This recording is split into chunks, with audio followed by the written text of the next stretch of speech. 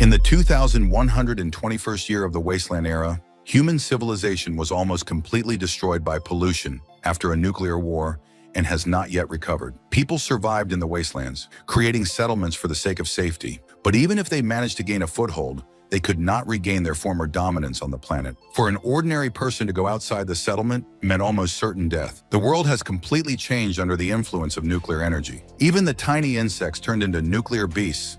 Now there was only the law of survival of the fittest. To live, you had to become stronger and more ruthless than mutants, although they were far from the most terrible in this world. The guy thought he was in the right place and said something exciting was going to happen tonight. He saw a man arriving in a car, tied him up, gagged him, and locked him in his car. Then he went to the door of the building and opened it. The woman held a knife to his throat and asked if he was lost, as she hadn't seen him before. The girls nearby said it was private property and one more step and he would be expelled. The guy told them to open their eyes and showed them something. The woman changed her tone and called him the guest of honor. He replied that he had come to have fun and not to spoil the fun.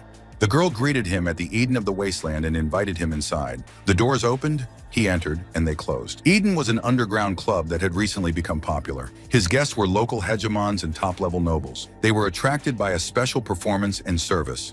On stage, the girl announced the beginning of casting, where only money mattered. She removed the covers from the cubes that contained the girls. She presented one of the products, emphasizing the age and quality, and encouraged guests to spend money. A special favor was the illegal sale of slaves, mostly young girls. Because of the small surviving population, human trafficking was considered a serious crime, so transactions were conducted secretly. But the true horror of Eden went beyond that. One of the girls asked the guy why he was alone and if he was interested in the product. He replied that he was bored with second-rate things and needed something more interesting. The girl said that to choose the highest class, you need to become an honorary member of the community. The guy showed the bracelet and asked if it was enough. The girl acknowledged his status and led him to a private room. There was a beautiful young girl named Xiaomei who was 18 years old. The girl presented it as a top-quality product and left. The guy noted that this time the product is really the highest. Xiaomei said that she was his exclusive pet and he could do whatever he wanted with her. She tried to seduce him, hugged him, and threw him on the bed, but he remained calm.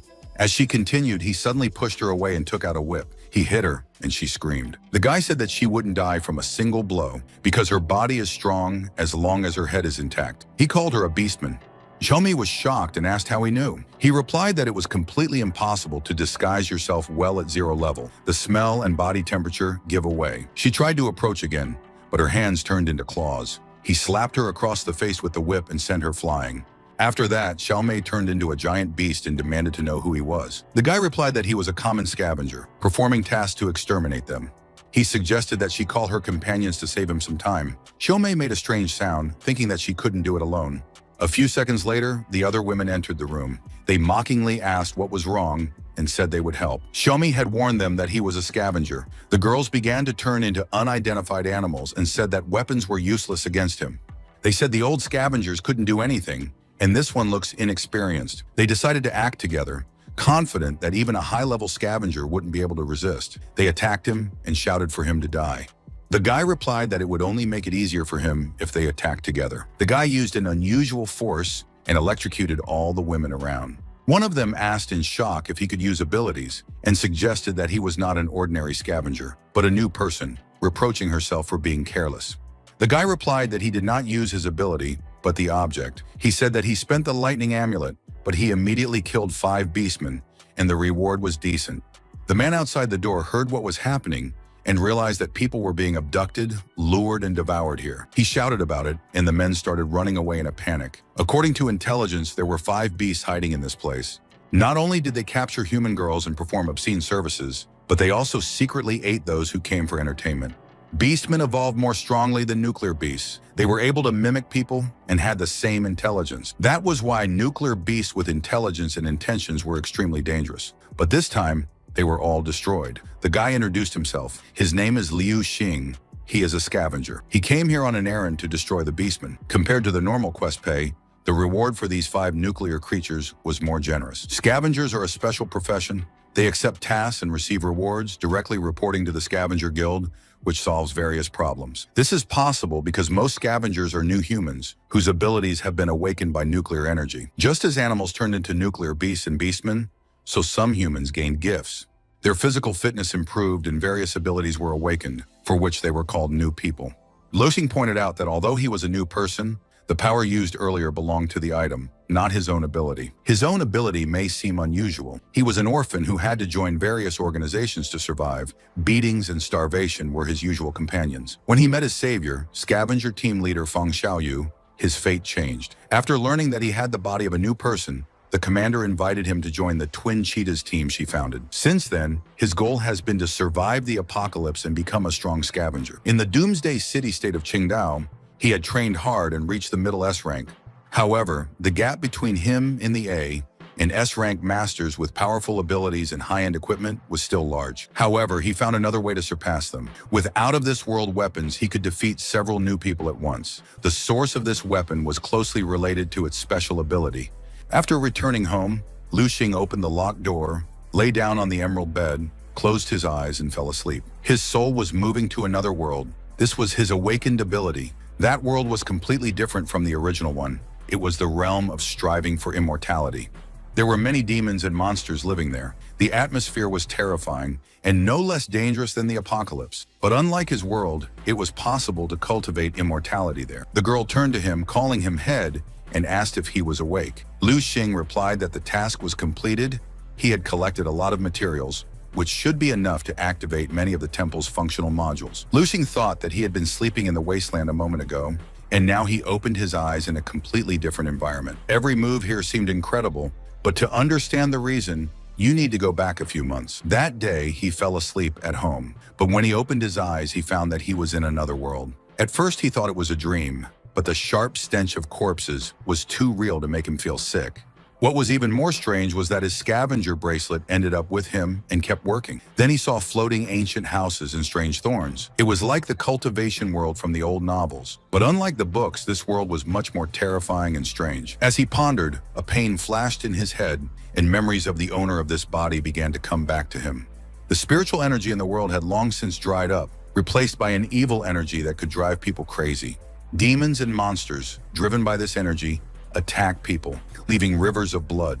The cultivation methods of those who tried to maintain transcendence were even more terrifying. The owner of the body was a person from the Immortal Seeker clan and a disciple of the Ascension Gate sect. Like the rest of the students, he dug up treasures every day. This was his only value and the only way to survive. They were ordinary people, unable to resist cultivators and forced to submit.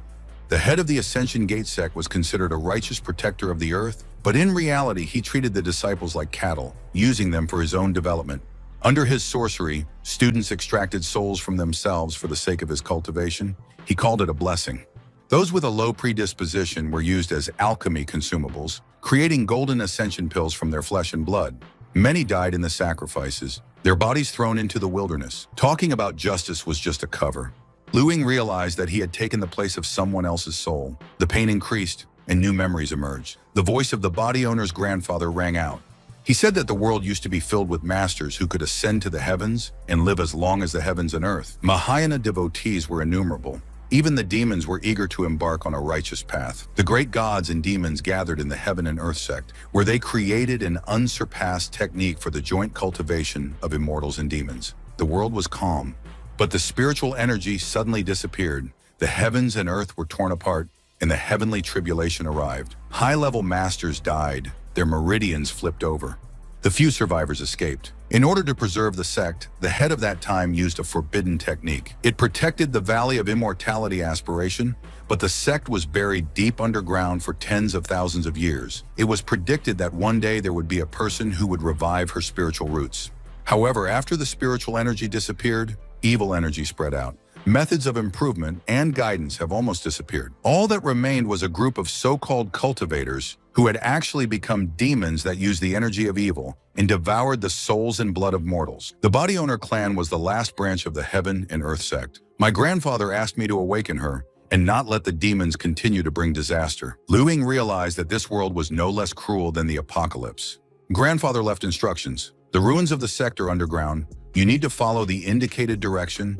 Take a silver jade bracelet, create a sound from 1 long and 2 short knocks 3 times, and cast a spell to open the entrance. While exploring the area, Luxing realized that the place with a pile of corpses where he woke up most fit the description.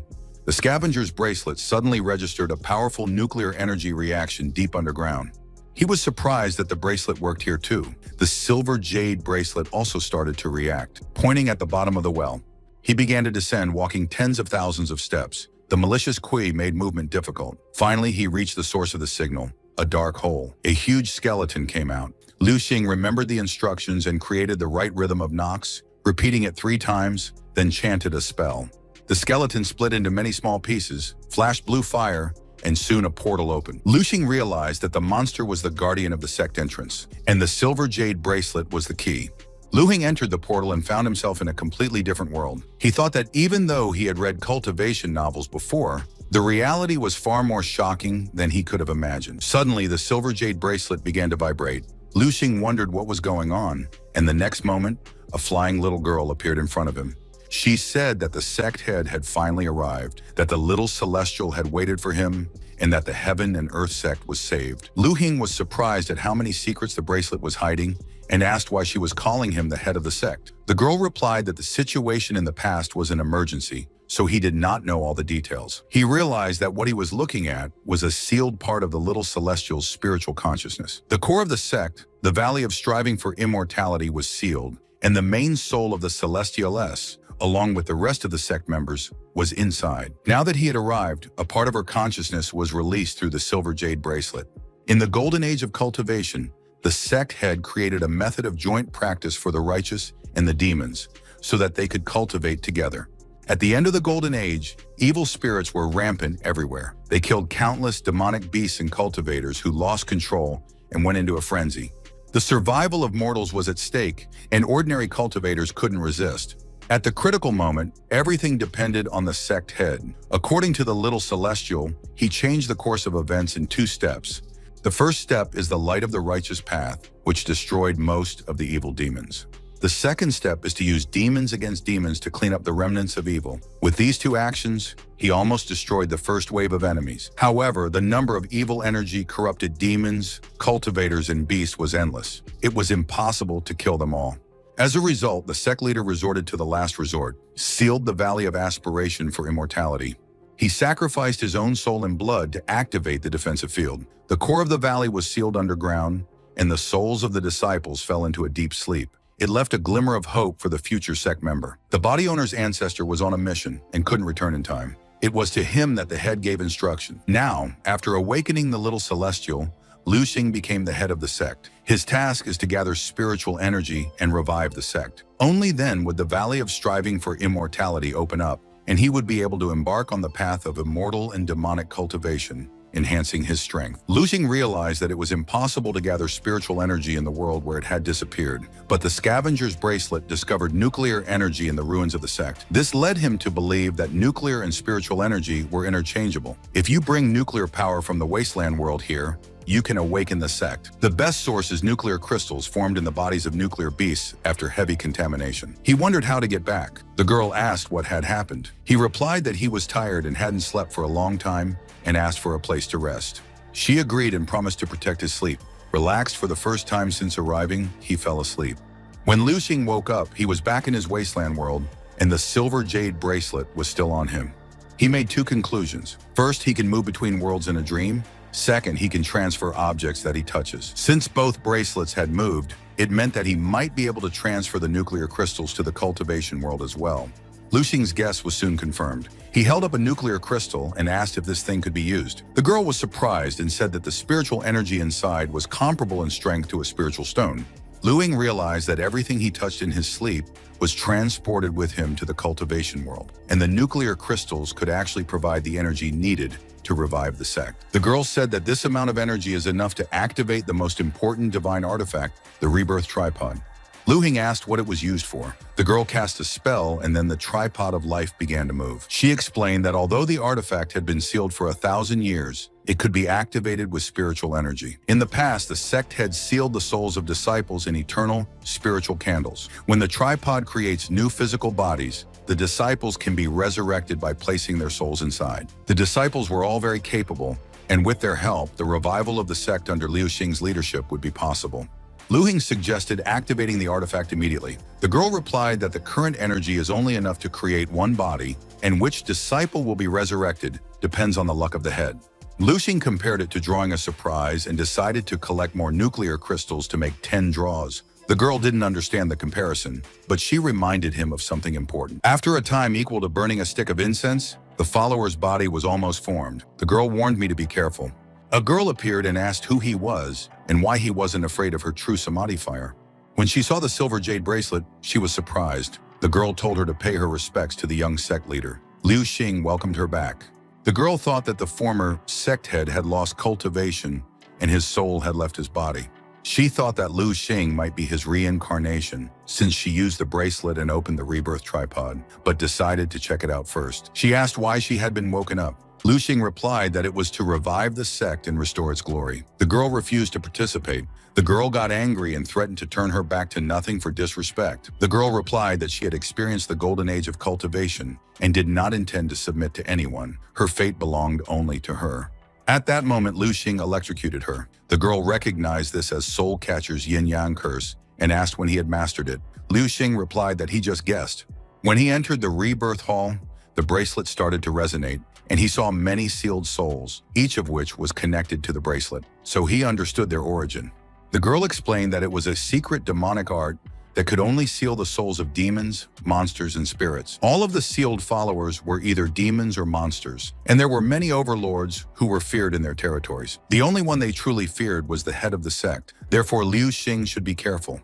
Liu Xing realized that if the demons were afraid of the head, then he had a trump card to control them, and that trump card was a silver jade bracelet that could connect and resonate with their souls. He saw the chain from one spiritual candle being transferred to a new body, which confirmed his guess. When he pulled the link, the bracelet triggered Soul Catcher's yin-yang curse.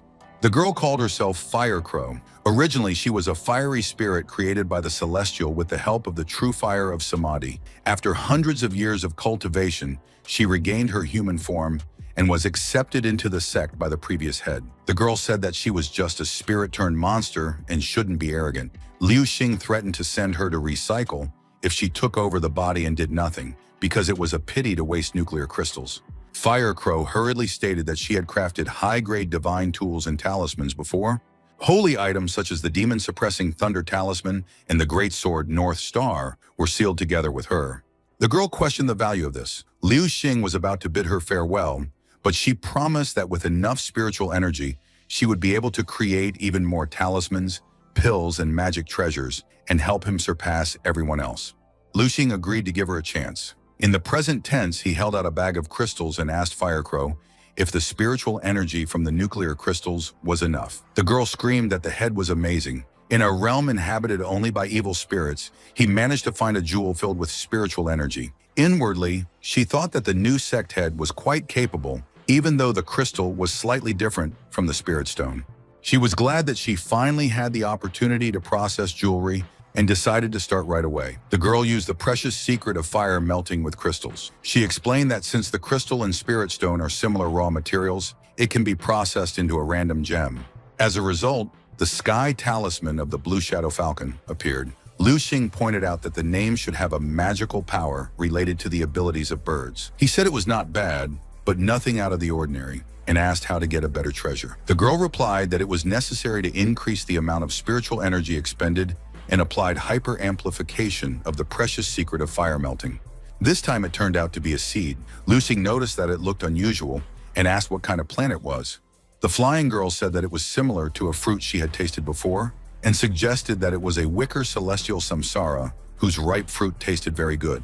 The girl admitted that although she was learning to become a celestial, she had not eaten for 2 days. Her cultivation hasn't fully recovered yet, and refining jewels consumes a lot of spiritual strength. Liu Xing picked her up and told her that she was too hungry to stand on her feet, so he would take her to rest. The flying girl assured that in a few hours she will recover. Liu Xing thought about the problem of hunger. He had already done an experiment and found out that food couldn't be transferred to this world.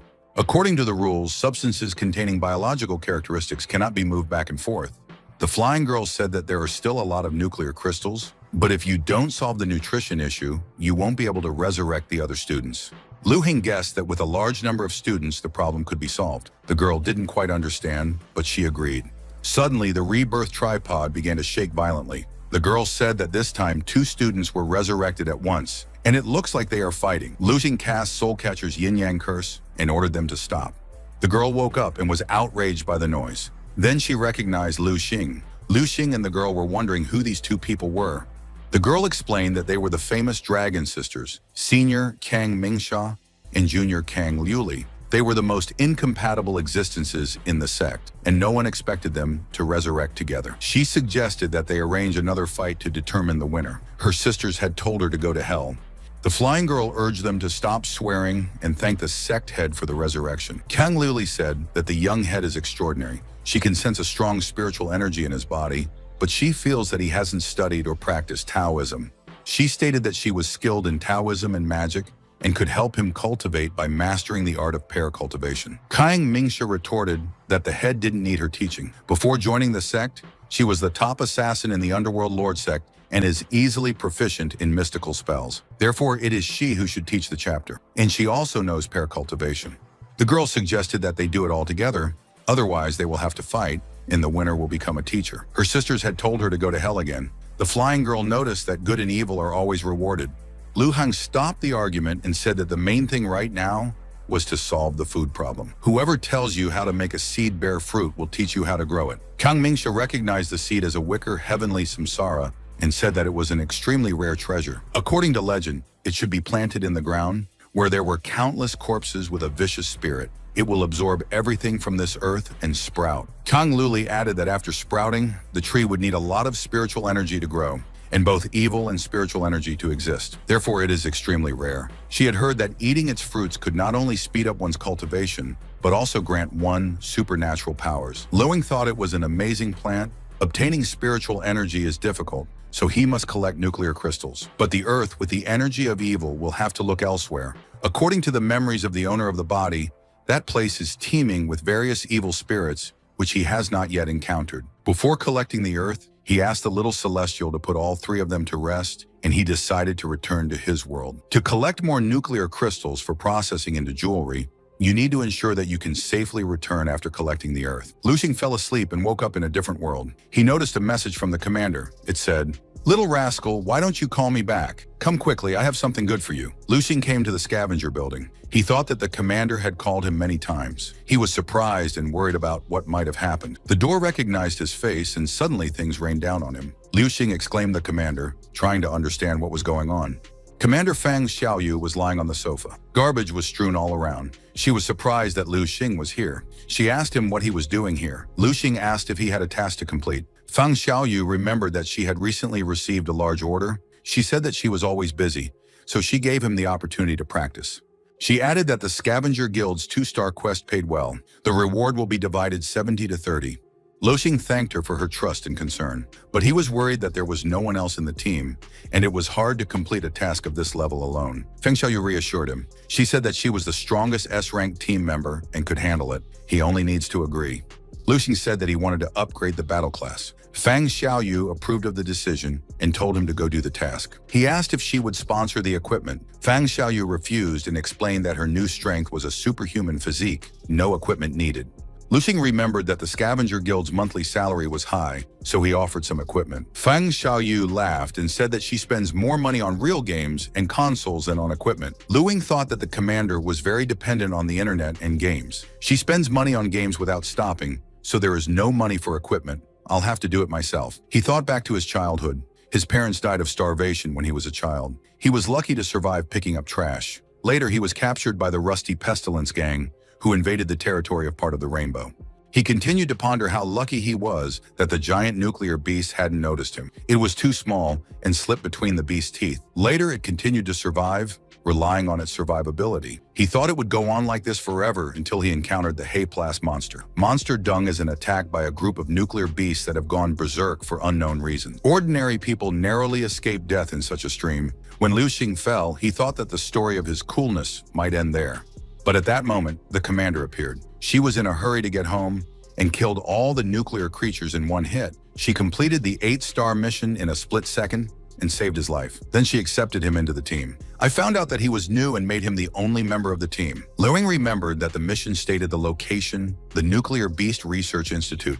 At the institute, he was met by the director, Dr. Shu. He said he was waiting for a scavenger. Shu introduced himself and asked Liu Xing to sit down and explain more about the mission. Dr. Shu said that the institute is an institution that takes care of others. Over the 5 years of its existence, hundreds of beastmen have been sheltered and rescued. The institute became their home.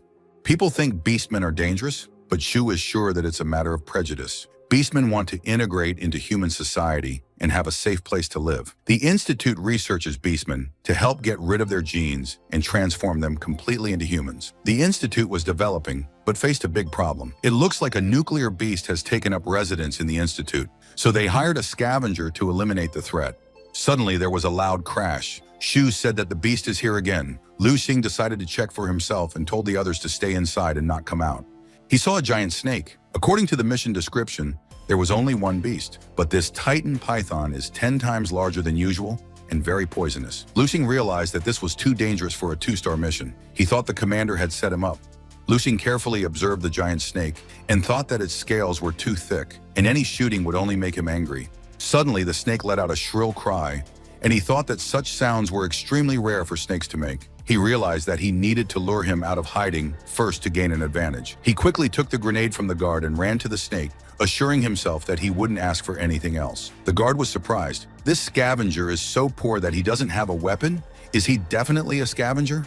Liu Xing threw a grenade at the snake, shouting, "Look here," and immediately got on his motorcycle. The snake, angry, chased after him. He was rushing towards the Chaos Canyon at a rapid pace, surprised that he hadn't had to expend so much energy in battle before. He liked that it was now possible to use grenades almost for free. Liu Xing realized that after completing the task, he would be able to return to the Institute in peace, since the snake was no longer a threat in the canyon.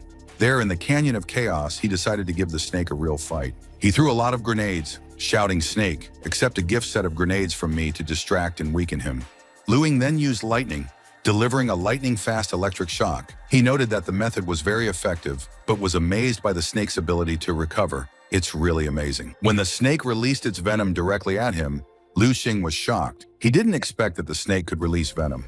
This was even scarier because his old 8-wheeler motorcycle of the second year, which he considered his loyal friend, should have retired long ago.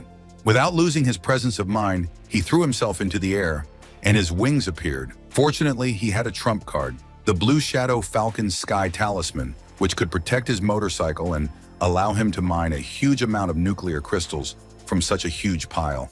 He attacked the serpent several times in a row, delivering piercing blows. The snake fell to the floor, letting out a high-pitched cry. Liu Xing thought that this subtype of Titan python was harder than diamond and recovered quickly, and even so, he was able to gain the upper hand. However, his surprise reached the limit when he saw the sound beast suddenly crying. Suddenly, the giant snake turned into a large woman. Liu Xing was startled. It was a beastman, and it had a mind. He realized that the mission was accomplished with the final blow, but at the same time, he realized that he was facing a completely new level of enemy. Now what stood before him was not just a beast, but a sentient being with strength and intelligence. Liu Xing came to the university with a tail, proudly claiming that he had blown up the body of a Titan python, and only the tail remained. Zhu thanked him and gave him a reward for the mission, transferring 20,000 sand dollars to Liu Xing. Liu Xing thanked him and thought that the reward for a 2-star mission was much higher than for a 1-star mission, even though the mission itself was much more difficult and he was actually risking his life for money. He asked Shu about the area where the research institute is located, because the presence of nuclear beasts in large numbers is not normal. You replied that it wasn't uncommon for mindless beasts like you to invade private property, and there was no need to worry. He noticed that Liu Xing was tired and offered to stay and rest, while Demei and Xiaomei helped him relax.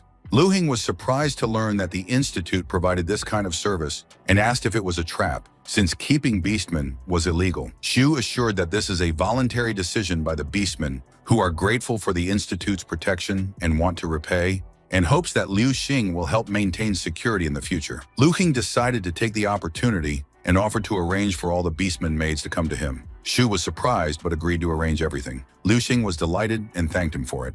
After the girls came to Liu Xing, they gathered together and declared that they were willing to serve him. Liu Xing noticed that there was no real joy in their words and decided to test their honesty. He released a lightning bolt that reminded them of his power and made them show respect. Meanwhile, Zhu opened the doors of his laboratory, where numerous female beastmen were swimming in large jars. He approached the center and said that the delay was due to a nuclear beast that almost caused trouble. Now, after destroying it, Shu was going to revive his daughter. Lu Xing immediately realized that it was because of the nuclear beast that Shu had intervened here. Once in the office, he attacked him and demanded an explanation, having learned about the dark affairs of the Institute. Shu confessed that he had tried to help Lu Xing and convince him to join him, but now he decided to reveal everything. He activated the boosters, and the beastmen under the biotechnological collars appeared in the room. Liu Xing immediately released them, stating that they were now under his control. Shu explained that he once wanted to help beastmen, studied genetics, and tried to turn them into humans. But because of a failed experiment and a tragedy with his family, his research turned into a tool to save his daughter. He started using beastmen to create the substances needed to treat her, and gradually became someone he had previously despised. In the end, he found a way to save his daughter through gene fusion, but a giant python appeared in his way, destroying the plan. Lu Hong intervened, stopping the dangerous fusion, saving the beastmen and other experiment participants. The white and green snakes that had previously met Dr. Shu were the key to keeping her daughter alive. With the help of lightning, Lu Xing provided electricity for gene fusion, despite limited resources and the threat to life. Later, Fang Xiaoyu noticed the little girl left behind from the experiment, and Lu Xing explained that thanks to the efforts of the White Python Titan, the fusion was completed. The girl, a product of the snake-human fusion, was given the name Xiaobao and was accepted into the team, where she was assigned responsibility for household chores. The Fire Crow begged the chief to let it go, but Liu Xing was calmly testing the arrow, and after evaluating the result, he was satisfied. This time, everything turned out much better. A lot of good things appeared. The crow, barely breathing, complained that she had endured 5 consecutive breaths in one breath and could no longer continue. Lu Ying only coldly remarked that she should take a good rest, while he announced that he would be collecting the lands soaked in evil energy. He ordered Lu Li and Manchu to be brought along and reminded them to be careful on the way.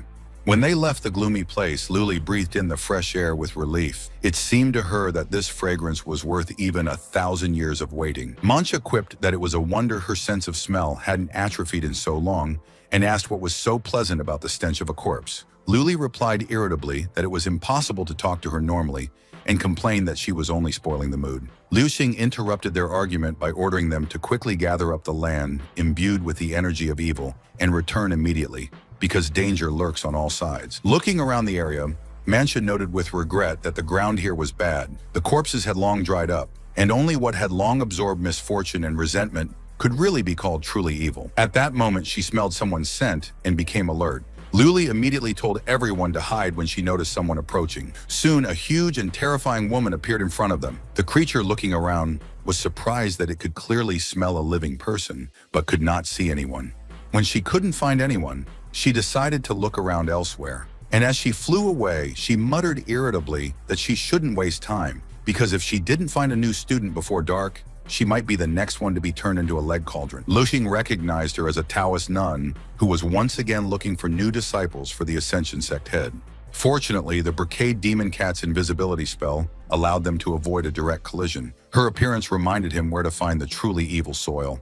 Meanwhile, a nun elsewhere instructed the trapped people to accept the teaching, avoid entering the cycle of rebirth, wash their souls, harden their bodies, and strive for ascension and bliss. Mancha whispered that they seemed to have trapped themselves, mingling with the captives they were about to make new apprentices. Lu Li tried to calm her down, saying that the most dangerous place was often the safest, and asked the head for confirmation. Lu Ying turned into a cat and confirmed that he had a plan, and they only needed to help him carry it out. The nun locked the door and told the students to rest for a while and wait for the head to summon them. Mancha asked to be allowed to go with him, and Lu Li asked him to be careful since he was going to act alone.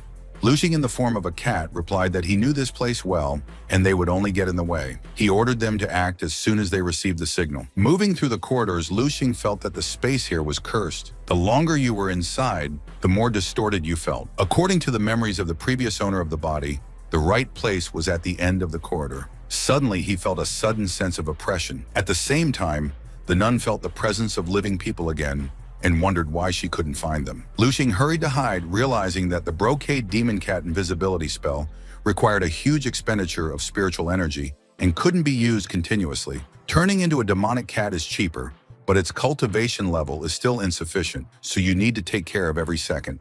At this time, the sect leader recited the formulas of the 9 cycles of reversion secret skill, mentioned the void destruction pill, the path of heaven and earth unification, and the upcoming ascension. Finally, Lu Xing reached the right spot. A huge woman urged the children to enter quickly, assuring them that after ascension, their suffering would disappear. However, Lu Xing knew the truth. This place was called the Hall of Becoming Celestials of the Ascension sect, but it was actually the place where immortality pills were made. The ground in this hall was most saturated with resentment, despair, and scorched qi. Before his eyes was a furnace for the blood sacrifice of human souls. And now he was finally convinced that the whole teaching of ascension was just a cover for a monstrous ritual. Lu Xing, who was next to the furnace, felt an ominous flame that strangely combined fire and ice.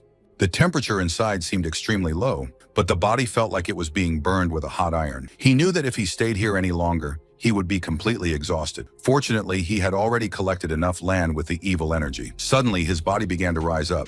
He didn't immediately understand why he had taken off, since the furnace, as he knew, was only supposed to affect human souls. The realization came quickly. His spiritual energy was no longer enough to maintain the form of the brocade demon cat. His body began to return to its original form. And at that moment, he felt the most powerful force of absorption. If things continue like this, the human soul blood sacrifice furnace will just recycle him like the rest. While he was desperately trying to think of a way out, a spirit suddenly flew up to him. Lu Xing was surprised to be able to see souls at all, and realized that this was probably one of the abilities of the brocade demon cat. He asked why the furnace hadn't reworked the stranger's soul and who he was. The spirit introduced itself to Xiaozi and quietly warned him not to make any noise, since the sect master is currently reclusive, but his soul is able to see everything that happens in the Ascension sect. Xiaozi explained that she was different from the other souls. She was the soul of the furnace itself. She used to belong to the first celestial immortal pill-making sect, the Pill Treasure sect. Her treasure was a furnace for processing evil spirits, capable of refining demons and monsters, turning them into elixirs. These elixirs could greatly speed up cultivation or bestow various magical powers. However, after the heavenly calamity and the invasion of evil forces, her sect fell, and she herself ended up in the hands of a villain. Stoichton chained her with a soul-binding needle and turned the furnace into a tool for the blood sacrifice of human souls. He forced her to use human blood to create the evil pill. Since then, she lost her freedom and was forced to participate in unscrupulous acts. Now that her master was shut up, she could secretly move around as a spirit and asked Lu Xing to help her get rid of the needle so that she could regain her freedom. In return, she promised to become his spirit and fulfill any requests, as long as they did not contradict the path of truth. Lu Xing interrupted her, not wanting to discuss the reward, and asked if he understood correctly that the spoke was the same pole behind him. Xiaozi confirmed that the pillar in the center of the furnace was the spoke that bound the soul, and only removing it would truly break the shackles. He admitted that he already had no choice. If he didn't help her, he would die himself. However, he honestly added that now he does not even have the strength to free himself, let alone destroy the spoke. Xiaozi promised to help, but warned that she couldn't let him go yet, otherwise the needle would pull him back in. Lu Xing then decided to act. He used the Tianjin release fire sword, then the mantra whip, and began to strike at the pillar inside the furnace. The blows were heavy, and the energy was rapidly draining away. Xiaozi was worried about his condition and offered to rest, but he knew that there was no time. I had to use a new pill created by the Fire Crow. He regretted that he had wanted to save the props, but now he realized that if he got such a furnace, it would be a good deal. He swallowed the amber power accumulation pill. Her body instantly became hot, and Xiaozi wondered why it was giving off such heat. Lu Xing explained that this is the effect of the pill, and everything will soon stabilize. With renewed strength, he unleashed a series of punches and finally broke the pillar. The shackles disappeared, and Xiaozi regained her human form. She thanked him and announced that she would henceforth be his tripod oven. The words sounded strange, but Lu Xing only thought that he had come here for a handful of earth with evil energy and ended up getting a tripod to refine evil spirits. Now the source of such land will be inexhaustible for him. The nun standing in the hall of the blood furnace narrowed her eyes and smiled coldly. Her voice was acid and mocking as she asked why the thief's face looked so familiar. Lu Xing immediately felt a chill run down his spine. Inside, he realized with alarm that they had made too much noise and attracted the attention of a real monster, a Taoist from the Brain Lovers lineage. According to the memories of the previous owner of the body, this bloodline developed its supernatural abilities by devouring people's bone marrow. Their blood and mysterious technique propping up the Dharma heavens allowed them to transform into giant monsters. To low-level cultivators, they were like a natural disaster, ants in front of a boot. Lu Xing realized that he only had one chance, to kill her with a sudden strike before she revealed her true form. The nun, meanwhile, remembered. She said coldly that she had thrown him away once, thinking him dead. Then her mouth opened wider than usual, almost unnaturally. Inside, she thought, he's still alive, and she doesn't know how he managed it. He managed to steal the blood sacrifice furnace, but his aura isn't the same as before. Its cultivation level is clearly low. Then why does it feel like something valuable? Was he carrying a precious instrument? Aloud, she demanded to know how he'd gotten in here, and managed to pull out the soul-binding needle if he was dead. Lu Xing pretended to be scared. He handed her the item and told her that he was relying on this particular item. Begging, he called her a divine virgin and asked her to spare his life. The nun held out her hand in interest, determined to take a look. She said that if she was satisfied with the discovery, she would agree to spare him. And at the very moment when her attention was fully focused on the subject, Lu Xing put the last of his spiritual power into his fist and struck out.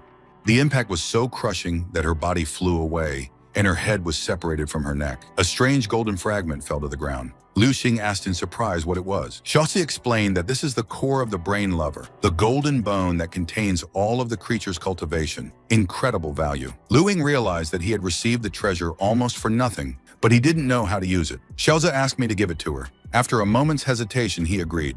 He thought that the power accumulation pill's effect was over, but not only did he get the evil land, but he also got an unexpected trophy. Don't be greedy.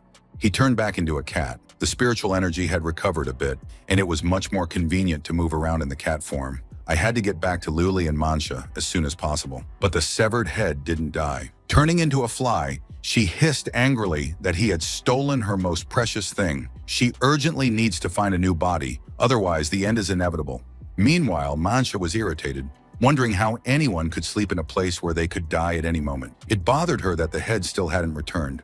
Suddenly, she noticed a fly and muttered angrily where it had come from. A fly flew up to the sleeping Luli's face and whispered that she looked beautiful. Mancha hit the fly, knocking it off her friend's face. Luli woke up displeased, saying that she had slept so well. At that moment, the ground trembled. Mancha decided that perhaps the head was in trouble, and the fight had already begun. Luli noticed that Mancha was acting strangely, but she told her to calm down, otherwise they would be found out. At this moment, Lu Xing returned in the form of a cat and reported that the land was at his disposal. He urgently needed to leave for the exit. But a voice came from above. The huge man idly inquired about the commotion and noted that there were new younger sisters here. He introduced himself as Taoist Bao Su and said that the head was in seclusion, but he could keep them company and exchange experiences in his chambers. Luli smiled sweetly, hinting that it would be bad if the head found out about their experience exchange, and suggested that he think of a way to bring them out unnoticed. Inside, she decided to wait for him to bite, then kill him. Baozu, flattered, agreed. But Mancha didn't play. She jumped and kicked him. He collapsed to the floor. Luli reproached her for being hasty, but Mancha was annoyed by talking. She preferred to act. They shared the magic weapons left behind by the head. Mancha took a huge elixir grenade. Luli chose arrows. Baozu suddenly revealed his true form. Many arms grew out of his head. He realized that he had almost been deceived. The chase began. Mancha decided to fight him, sending Liuli away. Liuli, though grumbling, left. Mancha swallowed the elixir.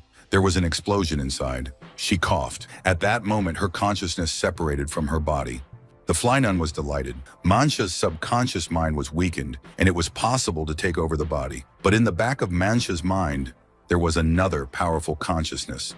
Mancha, in spirit form, hit the nun and destroyed her. She felt a strange sensation as she tore apart the ants, and thought that she couldn't wait to get this body under control.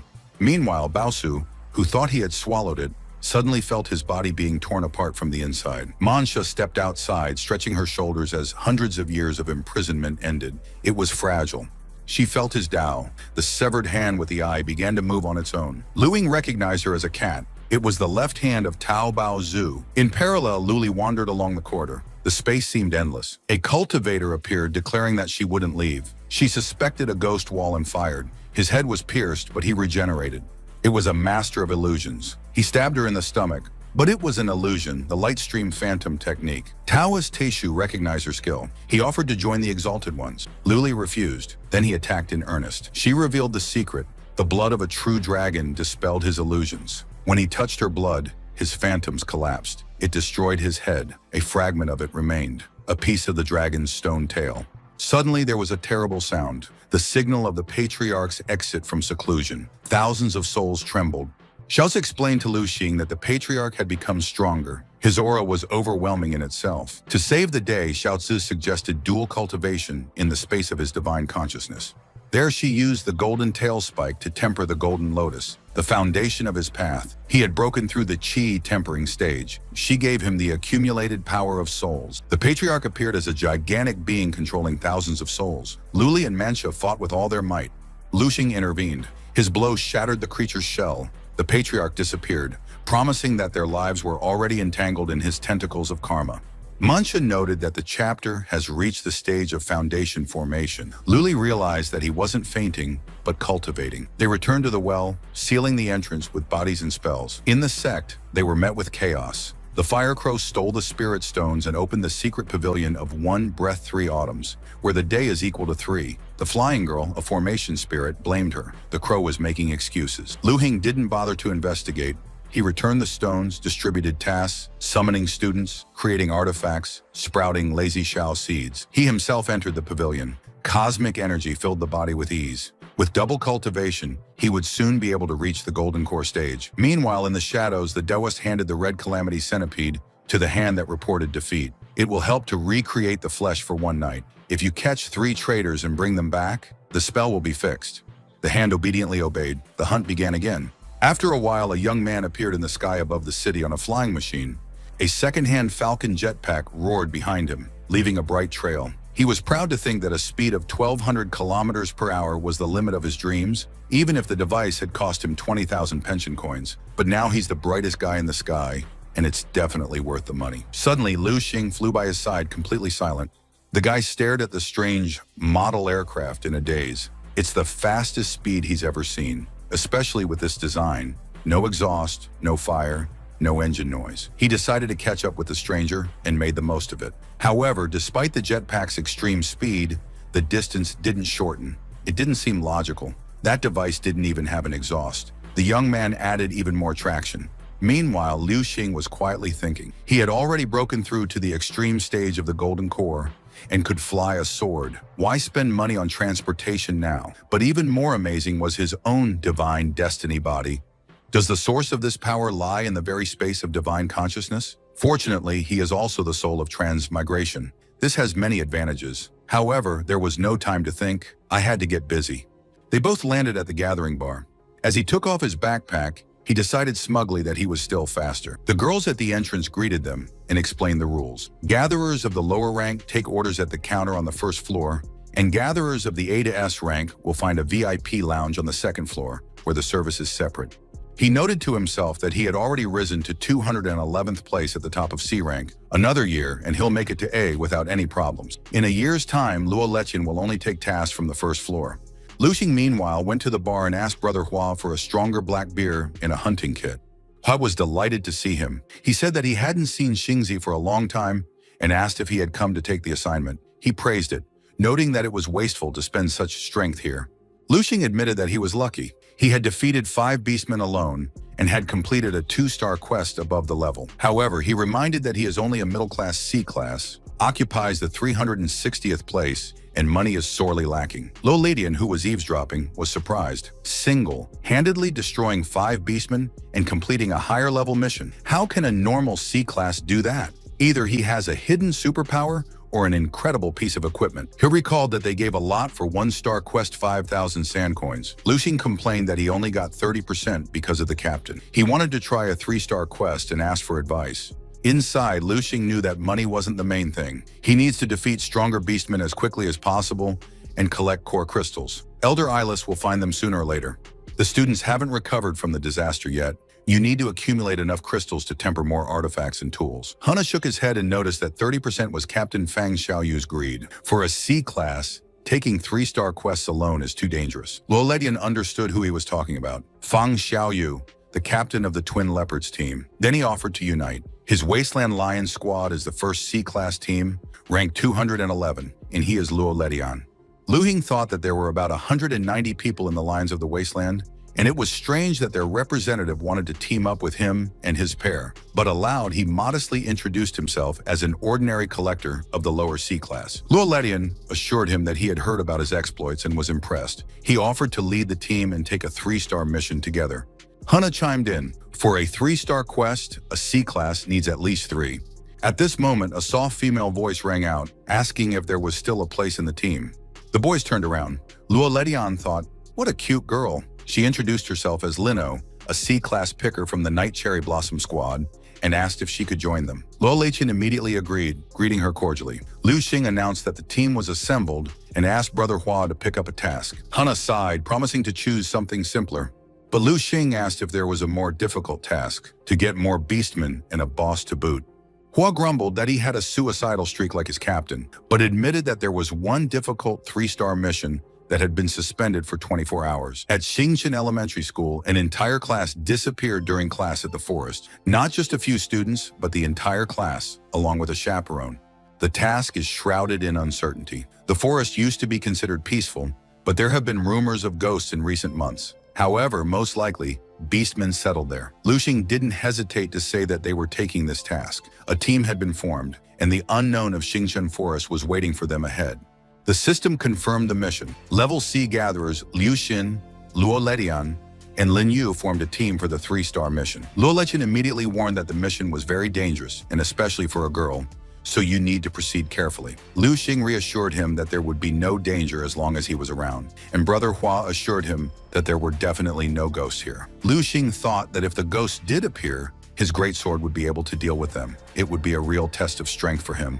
Hua explained the situation in detail. The children had disappeared in the last 24 hours, and it was highly likely that something had happened to them. There is very little time left, only 12 hours to rescue. He outlined 3 possible routes. The first is fast, but extremely dangerous. Cross the eternal sandy abyss in devouring sea, full of deadly traps. The second is through Hausa Canyon and the ruins of animal bones, where looters and nuclear beasts are waiting for them. The third is a safer circumnavigation of the outer ring of the desert, but it will take more than 10 hours and delay them greatly. Lin Yu thought about it and suggested her own option, unusual and risky. After a while, she held an ice shrimp in her hands and called out with a smile, Xiaolan, I'll bring you your favorite ice shrimp. Hurry up here. At that moment, a huge whale appeared out of nothing. Liu Xing, surprised, shouted. Lin Yu explained that judging from the size, it's only a baby star whale. Liu Xing was delighted. He knew that it was one of the fastest floating nuclear beasts. Luo Letian thought about the incredible price of such a creature and wondered where the girl's resources came from. He suggested that she might be the legendary rich woman that was being rumored. Lin Yu explained that the whale is her friend, but it can only move at an altitude of more than 1,000 meters. Otherwise, it will not be able to breathe. Therefore, they will have to take off on it if they want to use this unusual means of transportation. Luo Letian noted that sitting on the back of a giant beast is surprisingly comfortable. You can hardly feel the weight, and Lin Yu added that the whale's speed is low, but it can shorten the path and overcome difficult areas faster. Liu Xing, sensing an unusual energy field nearby, thought that this was a favorite space or something more. There was an immortal cleansing domain nearby, as if nature itself protected their presence.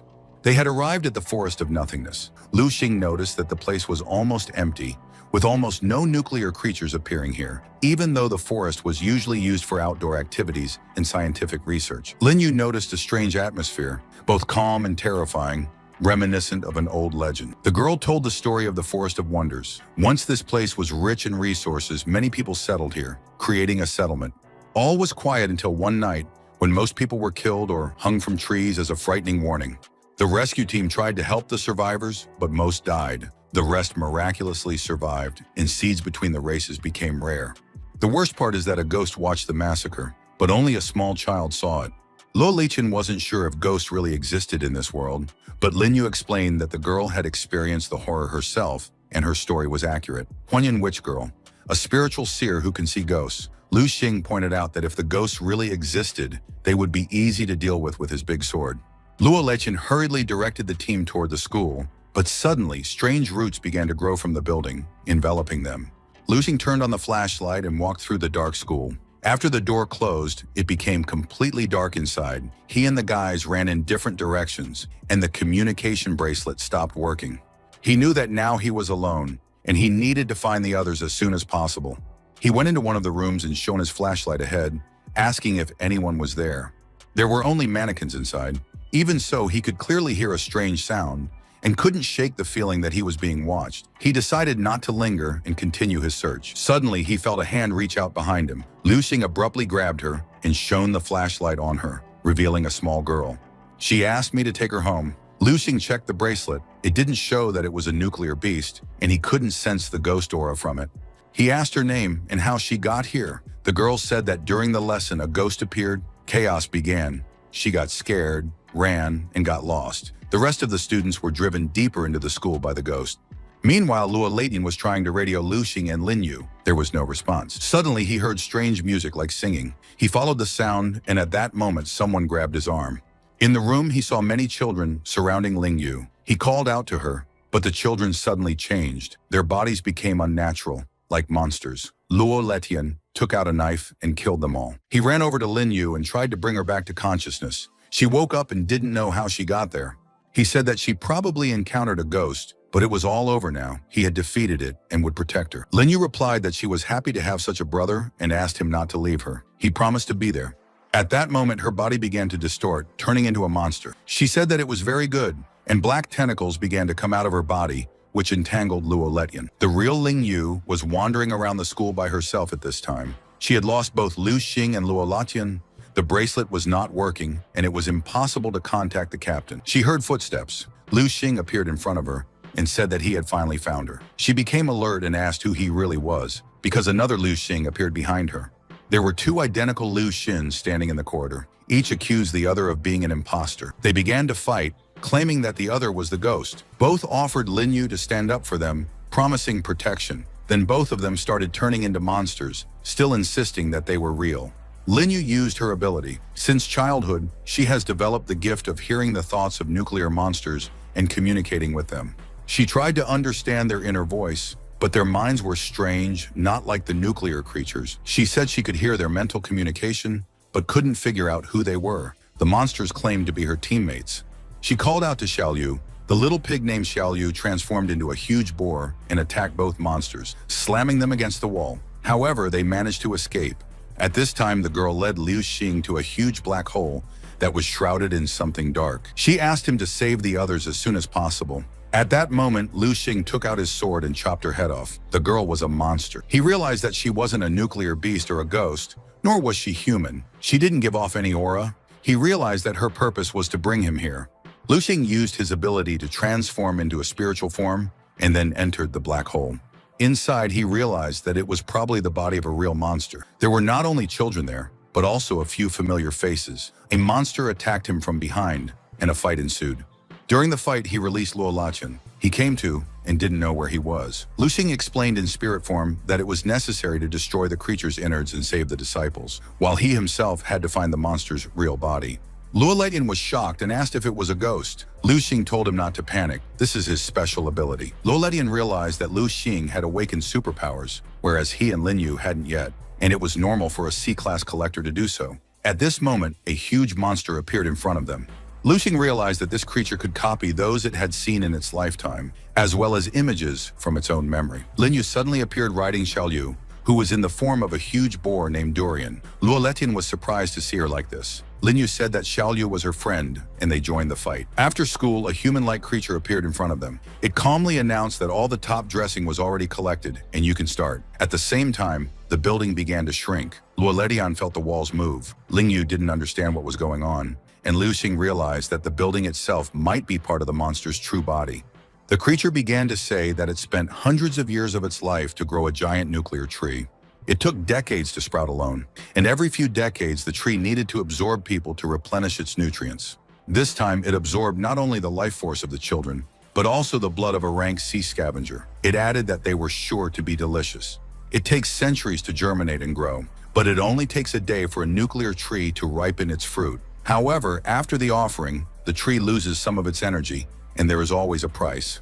Suddenly, one of the fruits burst. The creature didn't understand how this was possible, or where the energy from the fruit had gone. At that moment, Lin Yu, Luo Letian, and Liu Xing appeared along with the rescued children. The creature realized that the C-rank scavenger was able to escape from the control of the nuclear tree.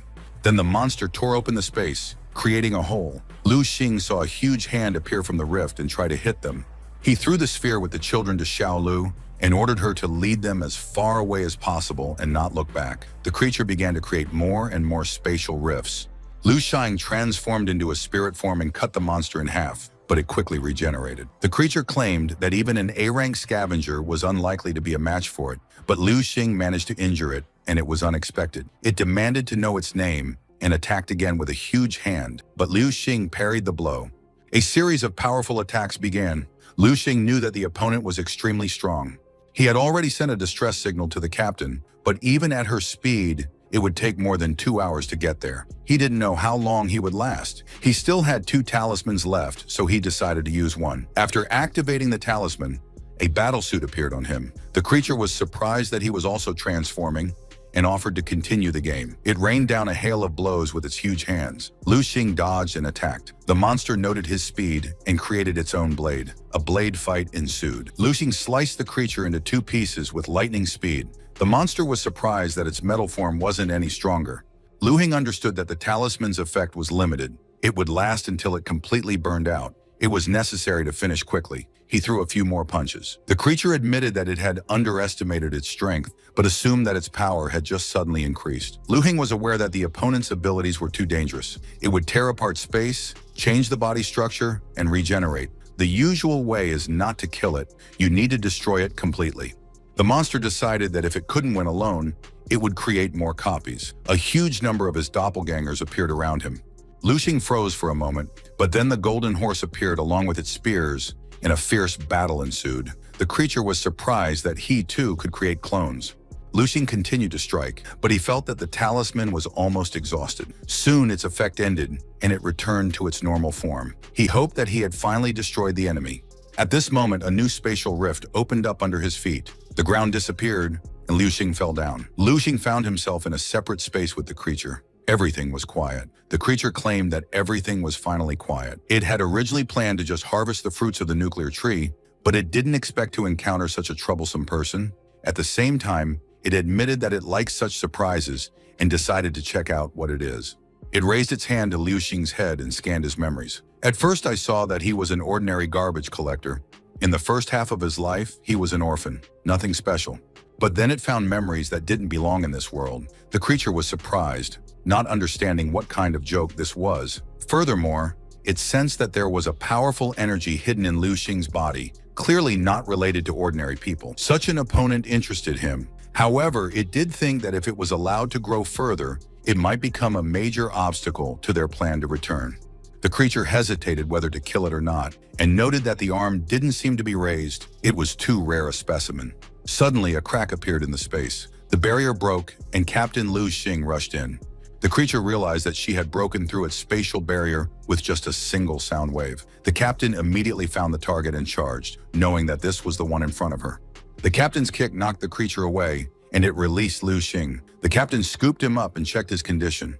Lu Xing woke up, was surprised by her appearance, and said that he was fine. He was resilient, but he was still too weak and couldn't destroy that immortal monster. The captain asked if it was self-healing. The creature began to regenerate, and the giant tree began to retreat. The captain demanded to stop, and he and Lu Xing attacked the tree. At that moment, one of the seeds fell to the ground.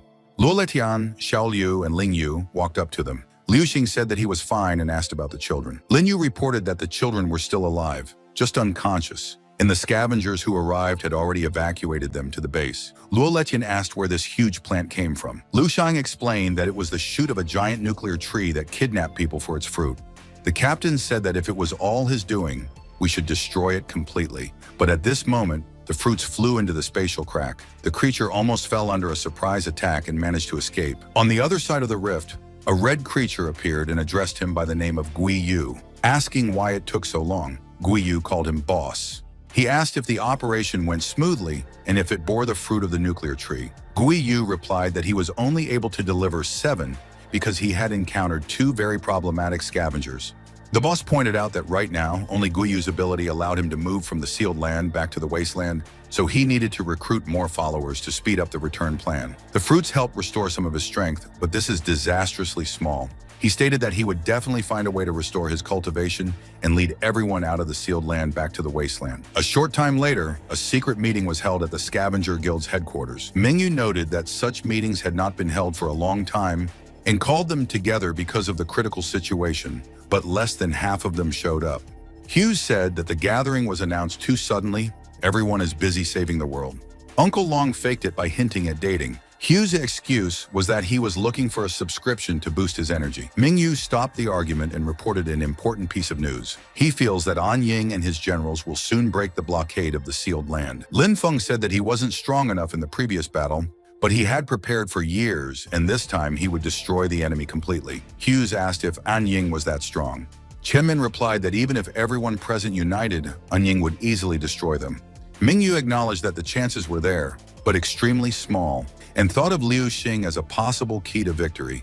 Later in the guild's apartment, Director Guo thanked them for their escape. Liu Xing said that he was the one who should thank her for constantly checking on Xiaobao and asked what kind of plant it was. The director admitted that she herself does not fully understand. For the first time, she sees such a mutation, and it seems that the plant has gained consciousness. Zhou Bao explained that the nuclear tree is the equivalent of a nuclear beast among plants.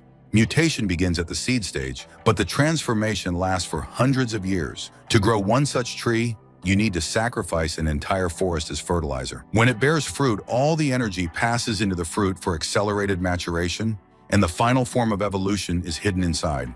Lu Xing doubted her words, but Director Guo noticed that the explanation was surprisingly consistent with her hypotheses. Xiaobao said that the knowledge appeared in her head as if it were her father's memories. At that moment, the fruit began to glow brightly. Lu Xing realized that it was about to mature.